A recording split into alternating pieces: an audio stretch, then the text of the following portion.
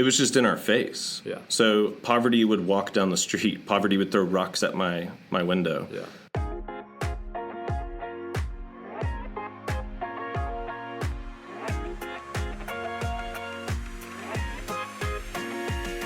Well, welcome back to another episode of the Living Sent podcast. It is good to be with you once again.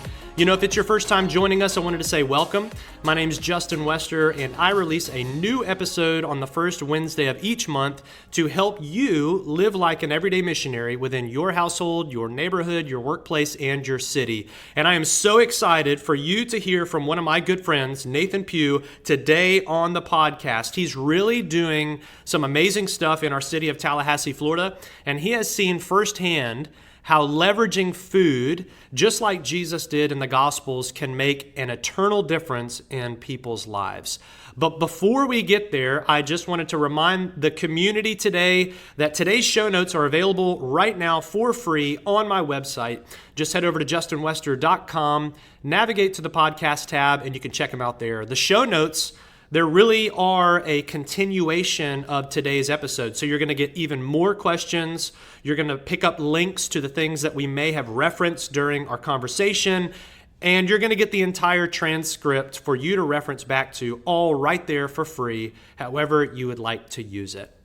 Finally, before we get into our conversation, I wanted to give you a request, and I also wanted to give you a confession. So first, the confession. You know, I've never rated and reviewed a podcast in my entire life until this week. You know, I have a few podcasts that I frequently listen to, and like this podcast, you know, almost any time I listen to it, they encourage me to rate and review the content. And just to be completely honest, I've never done it until this week. And the reason why this is a confession is because I was getting ready to ask you, this podcast community, to do the same thing. And I felt a little guilty asking you to do something that I've never done. So I apologize for doing that in the past. This week, though, I did go to one of my favorite podcasts. I clicked the 5-star button, wrote a quick and honest review, and it only took just a few minutes out of my day, and it was actually really, really fun. So I hope that the creators get it, read it, and keep up the great work. Now for the request. If you've never, ever rated and reviewed this podcast, I'd challenge you to do it. You know, your honest feedback is a gift. I say that every single month. And your feedback not only helps to improve the quality of this podcast, but also it extends its reach. So a huge thank you to you in advance. Now, without further ado, here's my interview with my good friend, Nathan Pugh. All right, welcome to the podcast, Nathan. This is actually round 2. Round 1 ended in a crash to the system, so we're praying that it does not happen again. But I'm so thrilled that we're finally sitting down together. We've been talking about it for a while. I'm excited for people to hear about your story, what you're doing now with Little Sunshine Pantries. And it is right here in our hometown of Tallahassee, Florida. And so I said this before, but I'll say it again. I think what you're doing it directly applies to what it means to live sent. And so I know our listeners are going to be encouraged by what you shared today. So before we actually get there, I'm going to tell a quick story. I've known Nathan since about middle school. I believe our sisters introduced us. And I remember Nathan 2 ways. One way is that he was an awesome punk rock musician in middle school. I believe your band was not the Goonies. The Snow Goons. The Snow Goons. Actually, the original name was the Deranged Mutant Killer Monster Snow Goons. But so Snow good. Goons is definitely the shorthand. The Snow Goons. And then the second way is a skateboarder. Nathan would always shred. And he invited me to go with one of his buddies named Luke to Jacksonville, Florida one time. And they said I didn't look enough like a skateboarder, so they actually outfitted me with a Goonies t-shirt. And Luke used to make these tube sock bracelets, and so he would cut the top 2 colors off, and he'd wear them on his wrists, and so they outfitted me, and I was ready to go. It was awesome. But before we get to some of the heart of what I'd like to talk with you about, I want to go back and have you just share maybe what you think are some of the milestone moments of your life, kind of what things brought you to where you are today, what things made you into the kind of person that you are today. Yeah. So I'd say the first biggest milestone was meeting my wife and getting married. That's pretty big. And then having children was by far the next biggest milestone. We have 4, and I'd argue each one of those kids is its own milestone. And then from there, I think, like a lot of people, COVID-19 was a bit of a milestone in my life, and a lot of things changed right around then as well, leading up to today. So Nathan and I actually grew up in the same neighborhood as well. He was just a few blocks away from my mom. And I didn't know this actually growing up, kind of found out later. But, I mean, you grew up going and attending church regularly. What was that like? Can you tell the listeners a little bit about your church background? Yeah, so I grew up going to a Lutheran church called Grace Lutheran Church. It's still up and running here in Tallahassee. And that was the bulk of my childhood experience. I'm so sorry. I got to take this. Go for it. So that buzzing sound you heard was actually Nathan getting a phone call from his wife about something very important, which he will explain a little later in the podcast. But for now, we're going to pick up where we left off and jump right back in. Well, you were kind of in the middle of telling us a little bit about your church background, church upbringing. You were at a Lutheran church in town. Yeah. So I had a delightful childhood at the Lutheran church. Eventually got into the evangelical church in town in my teenage years. And honestly, in college, I walked away from church for a couple years and put that to the side. When I met my wife, Ashley, she was attending a non-denominational church. And then I kind of picked back up there, and we were there for, I think close to 10 years. And, that was all leading up to, and I was on the board of that church for the last couple years there, all the way, during COVID and all the racial unrest that was going on. And it was in that moment that my lens or perspective and understanding of church and, what that means, I started to question that. And those questions really were a matter of, are we loving our neighbors or are we just loving ourselves? Which also begged the question, who is my neighbor? And so in that sense, I realized I personally and my family, by association, were participating in the American dream. We had a 2-story home. It was huge. It was on the north side of town on a private road at the end of a cul-de-sac. And we had all that good stuff. But I was working like 60 to 80 hours a week to maintain this material life. And with those questions, COVID forced me to stop working for enough time that I felt I genuinely had time to contemplate in a spiritual way. And then, to kind of tidy up this story, we ended up deciding to sell that property and a bunch of our stuff. And we didn't really know where we were going to land or go, but we knew we wanted to reprioritize our focus. And it wasn't that we wanted a bigger house and, a nicer piece of property or something. We just knew we wanted to be able to have more opportunity to serve our community. And long story short, that ended up landing us in a 900 square foot house at the edge of Frenchtown with all 6 of us. So that's kind of where we're at today, still living. Yeah.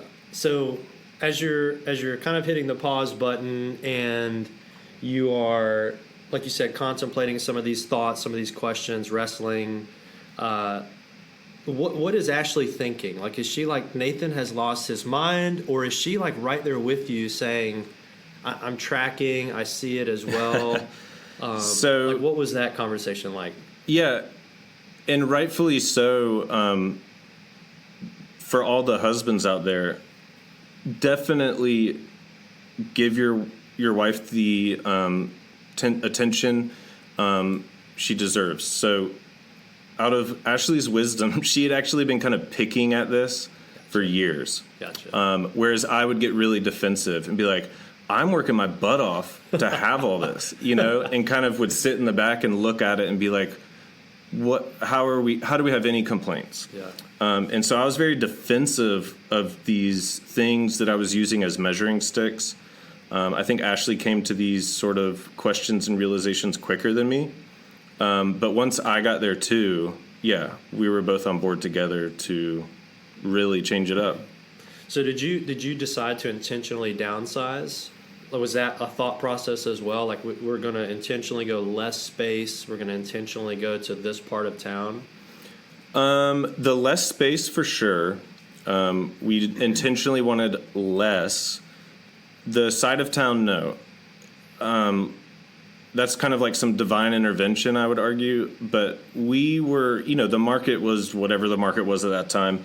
And we just kind of were grabbing what we could get. Mm-hmm. And we were living with our in-laws. God bless them for letting us stay for, I think it was quite a while.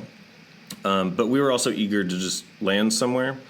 And so that's how that happened. There was not a lot of premeditated decisions during this kind of, I guess you could say, transition period. Yeah. So after you guys decide to do that, at what point did Little Sunshine Pantries come into play? I'd love to get into that and let the listeners hear how that kind of idea actually became what it is today. So like where was that in the lineup?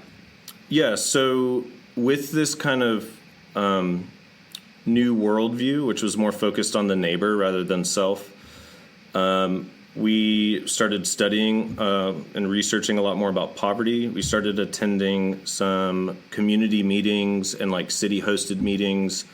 And that's where we first learned about some of the food insecurity rates, which were jaw-dropping at the time and unfortunately still are. That period, you know, probably lasted about a year.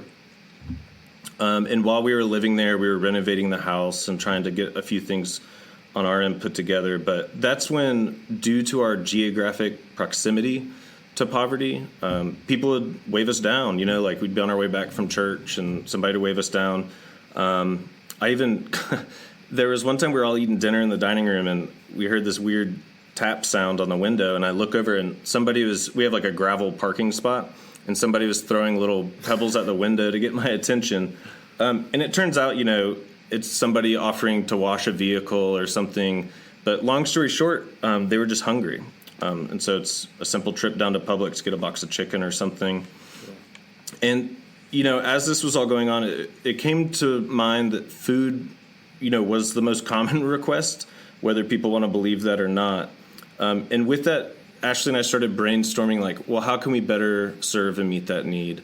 And that's when we have a few like little libraries, if you guys are familiar with those, around our neighborhood in Levy Park. And that's where we thought up, you know, well, what if we had one of these, but we put food in it? And part of it's, you know, I'm at work. Ashley has, you know, the kids are going here. You're like, we're not always home, but we wanted to still be able to like provide, even if we're not presently home.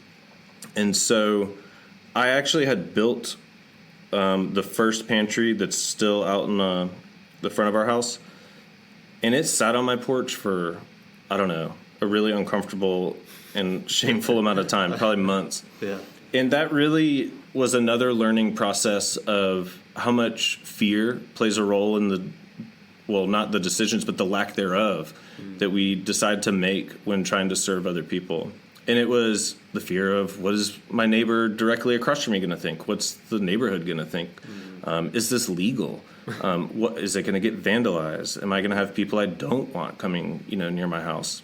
But like almost all cases of fear, it was irrational, and it was only holding us back and delaying our ability to serve. So when you moved to where you guys are living now, did you know that food insecurity was like a real need during that time? So you got there and kind of discovered this in a sense. Yeah, so this is, you know, like, it was just in our face. Yeah. So poverty would walk down the street. Poverty would throw rocks at my window. Yeah. And so part of it was, you know, back to that childhood experience in my church growth, none of these topics were presented as a reality.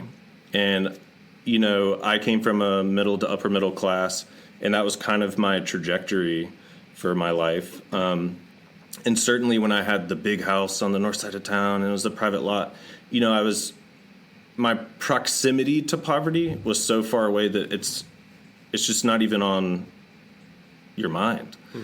And so once we interacted with these individuals, then we were like, I need to know more about what's going on. And so that's when we started doing the research and stuff, and then committed to putting up the first pantry. So if somebody's listening and they've maybe never heard that phrase before, food insecurity, can you help them understand kind of what does that mean? Yeah, so the difference between food insecurity and security, we need to think of it not so much as, like, we all get hungry, right? But then we go and get a meal and we're full. So that's food security, because in our mind or in our relationship with our family or parents or the financial security we have, we know that we're going to get food and we know where we're going to get it. We probably have a shopping center or a Publix or a Walmart that we go to regularly, or they deliver it to you. Food insecurity is more about not knowing where you're going to get your next meal, but it's also about having access to that meal. So, like, I have a car. I can just go drive somewhere and get food. If you don't, that changes it. It's also about access to quality, or we'll say healthy foods, as well as affordable foods. So there's also a concept called food deserts. And so where there's high poverty rates, individuals that don't have cars or transportation, the closest thing they have or that they typically can go get for a meal is going to be like a gas station or a Sing store. And so you're just consuming unhealthy junk food at the prices you can afford, rather than getting some healthy, nutritious meal somewhere. Gotcha. So when you got there, you saw this need. You guys decided that you wanted to meet this need, and so you started building these pantries, and you post one up. The first one you posted, was that directly on your property? Yes. So it's right next to the mailbox. Nice. So what did you see initially? Like, did anything just surprise you, or? Yeah. So good things take time. So in regards to my initial hope was all the neighbors in the neighborhood are going to love it, and they're going to help stock it, and they're going to want one, and we're all going to have pantries, and we're all going to feed our neighbors. Yeah. That has yet to occur, but I have had a lot of neighbors start to participate in bringing their food and other toiletries and stuff. But the biggest thing that surprised me was, even today, we've got 18 plus pantries. Once you fill a pantry, it'll be empty in, 2 hours. Wow. And so the demand for food is what blew us away. And then, the volume. And it's Tallahassee, so everything spreads by word of mouth. So, you've got a couple individuals that you've seen throughout a week, and then next week there's new people you haven't seen, or people come in groups, or a young child will come and he wants to fill up a bag to go, bring to his family. Yeah. And so I think it was just kind of, shocking, the need for food and just the desire that people are like, well, I'm going to go walk up here and check on this pantry to see if I can get something. Wow. So what have been some of your, I guess, maybe favorite stories or favorite ways that these pantries have met direct needs? Because Nathan and Little Sunshine Pantries has a Facebook page, and I'll go on there frequently and just kind of browse what you guys are posting. It seems like you're kind of always capturing these stories and letting people see that, if they do contribute, it is going to meet a direct need. Is there anything that sticks out to you, or a favorite story or memory that you have from that? Oh my gosh, there's so many stories. The first thing that, and we're still learning as we go, but, one thing we all need to realize is when there's food insecurity, the underlying issue is just poverty. And so everything goes beyond food in our mind. Food's really like a communal relationship building tool. And so some of our stories, we'll talk about success stories first. So we met a homeless veteran. He was living on a porch of a dilapidated house. And he would frequent the pantry, and some of the other people he was around would frequent the pantry. So we were able to meet him and help him at a time, through our following. We were able to get him a bike. Obviously, we were able to get him food.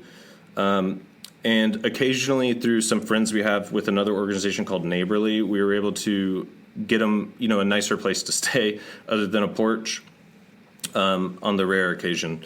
And he used to be a trucker, and he still has his CDL license.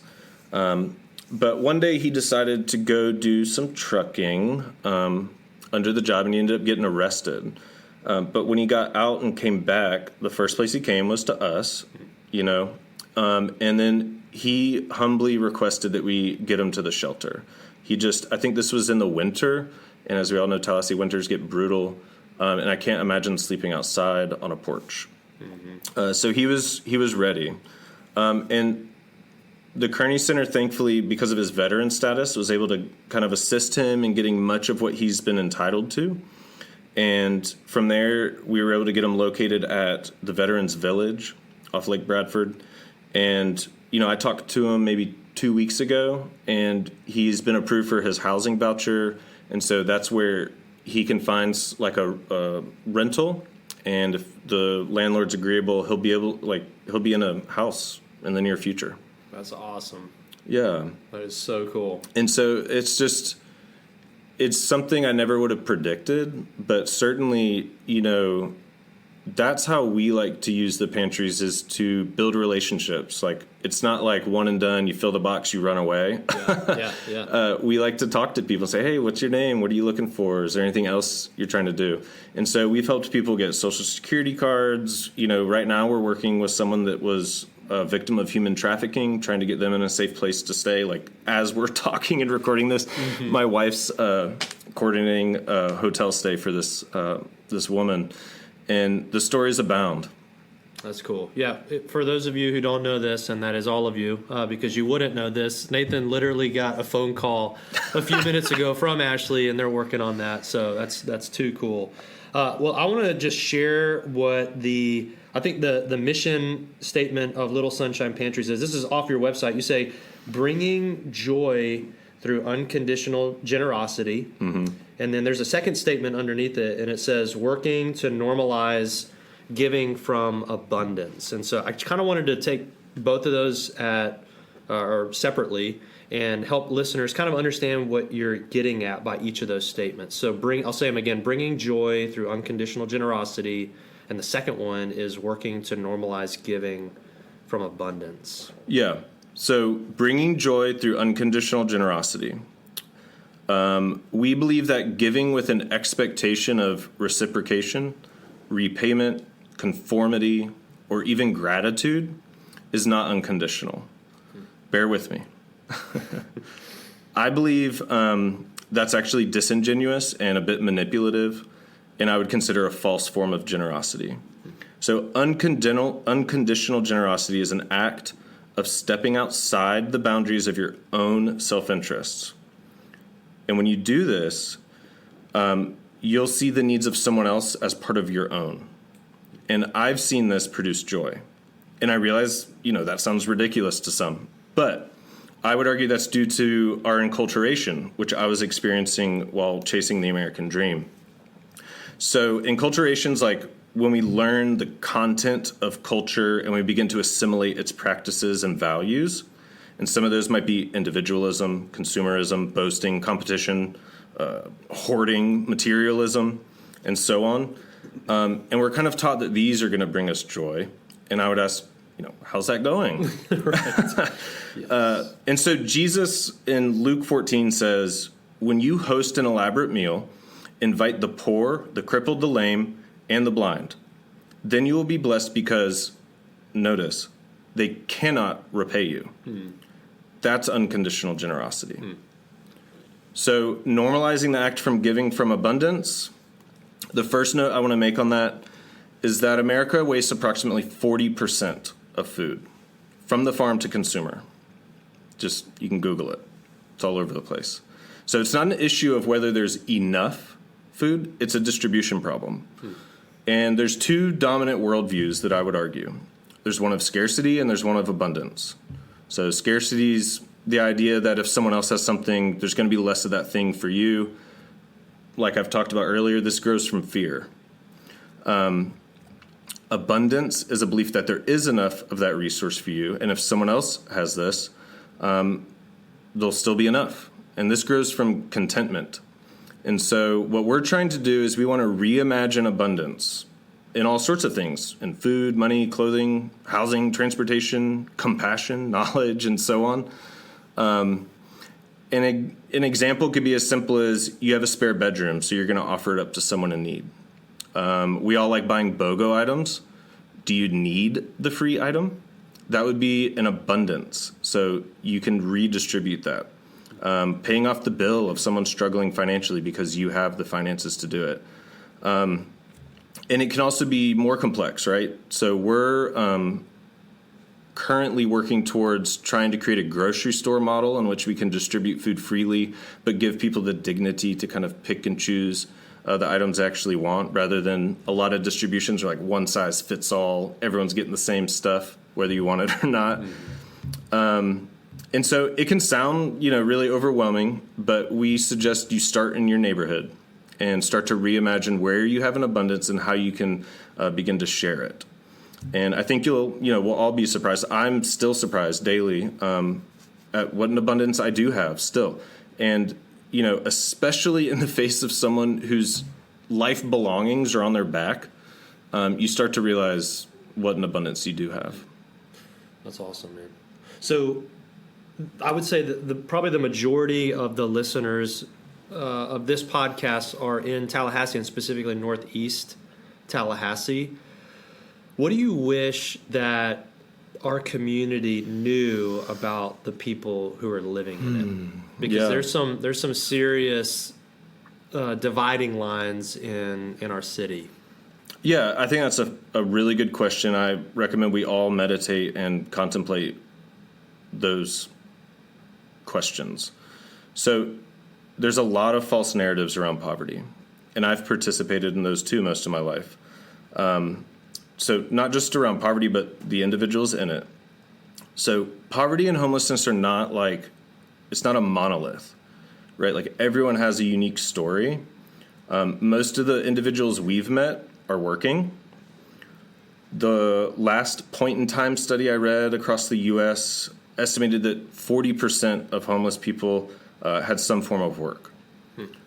And all the people I've met either have multiple jobs or attempting to get jobs. We've helped people fill out applications.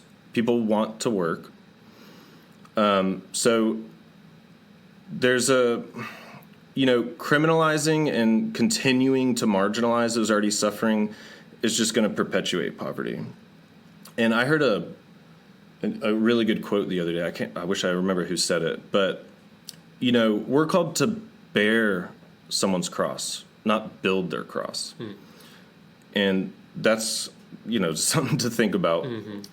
I've heard grown men cry in between expressions of deep despair and suicide, and we tend to only think of adults. Like if I'm just like, hey, think of a homeless person, you're going to think of an adult.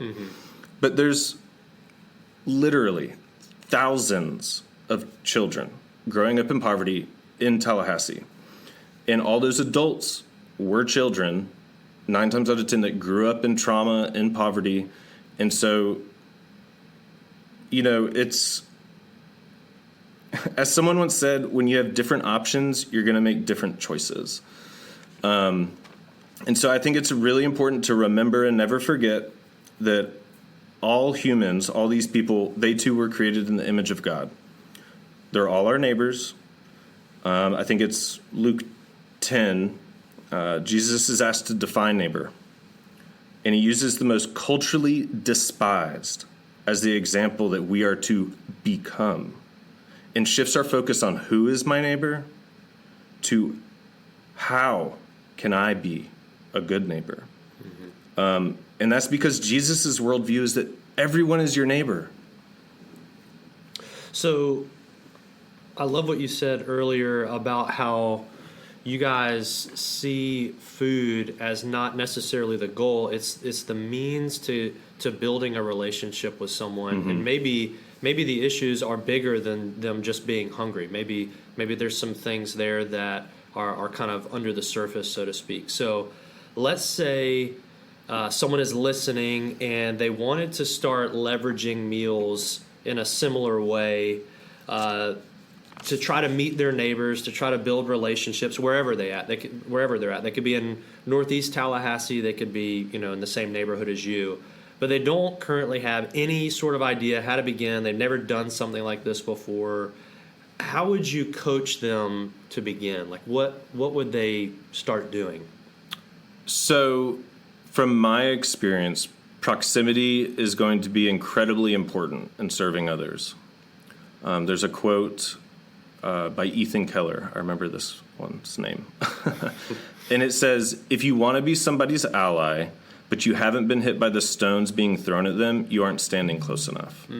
Wow. And so we have 18 plus pantries. We have an interactive pantry map. There's a link on our website, littlesunshinepantries.com.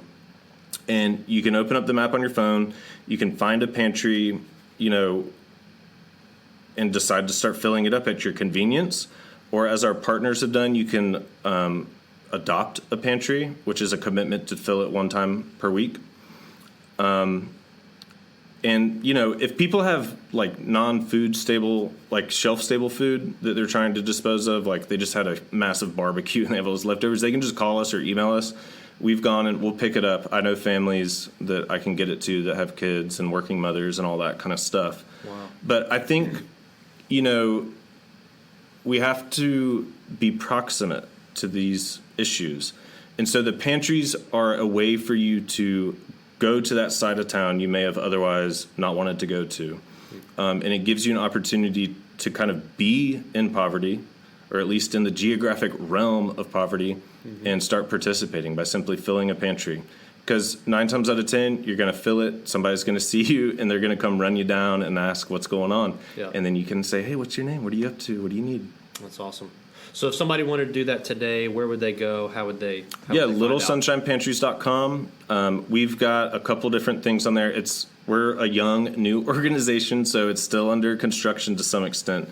But on there's an Amazon wish list where if you just want to participate financially, you can get stuff delivered straight to our door, which will be redistributed through the pantries. You can look at the pantry map, find a pantry that's near you or near an area you want to go participate in. And that's where I would say is a really good starting point for most people. And I know for me too, if you just want to know more, the Facebook page you guys have is updated very, very frequently. Facebook's updated. Instagram's going to be by far updated even more, and that's where our larger following is. Any of the social media stuff, we're there. Same thing. They could just search Little Sunshine Pantries and find it. Okay. That's it. Awesome. I think I could ask you about 1,000 more questions. Let's go, man. I'm looking at our clock, though. I do want to give you some lightning round questions. All right, let's go. Just to have some fun. This is just for you to tell me the first thing that comes to your head, okay? All right, you ready? Here we go. Lightning round number 1, kick flip or heel flip? Oh, kick flip. Okay. Street or vert? Street. Okay. Green Day or Blink-182? Probably Blink. Yeah. Favorite drummer? Oh, I don't know anymore. I've been all over the place over the years with that one. Nice. When are the Snow Goons getting back together? Oh, man, I don't know. I got to call the guys. Okay. I don't even know if the lead singer, Ian Copeland, I think he's like in another country right now. Gotcha. So it might be a while. What's the one thing you do that drives Ashley nuts? Probably my attempt to clean the house. Nice. Best book you've ever read? Actually, sorry, let me rephrase. Best book you've read this year? I recently got, it was gifted to us from Dr. Terrence Lester, and it's called All God's Children. Ooh, okay. Did he also write I See You? Mm-hmm. Okay, I've got that. I've read that. Getting prolific. I think he's got like 6 or 7 under his belt. Yeah, that's a great book. Man, this is all the time we've got for today. Nathan, this has been awesome. I really, really appreciate it. Like we said, if you want to find out more, head to littlesunshinepantries.com. That's right, not .org. Not .org.com. And I will link to some things in the show notes that you mentioned during our time together. But again, Nathan, thank you so much for joining us on the Living Scent podcast. Thanks for having me. Yeah, man. Wow, there's a lot there, and I was personally challenged by Nathan and I's conversation and what he had to share, and I know you were as well. That is all for this month, and as always, I like to sign off with this reminder: you don't have to live scent, you get to. We'll see you next time.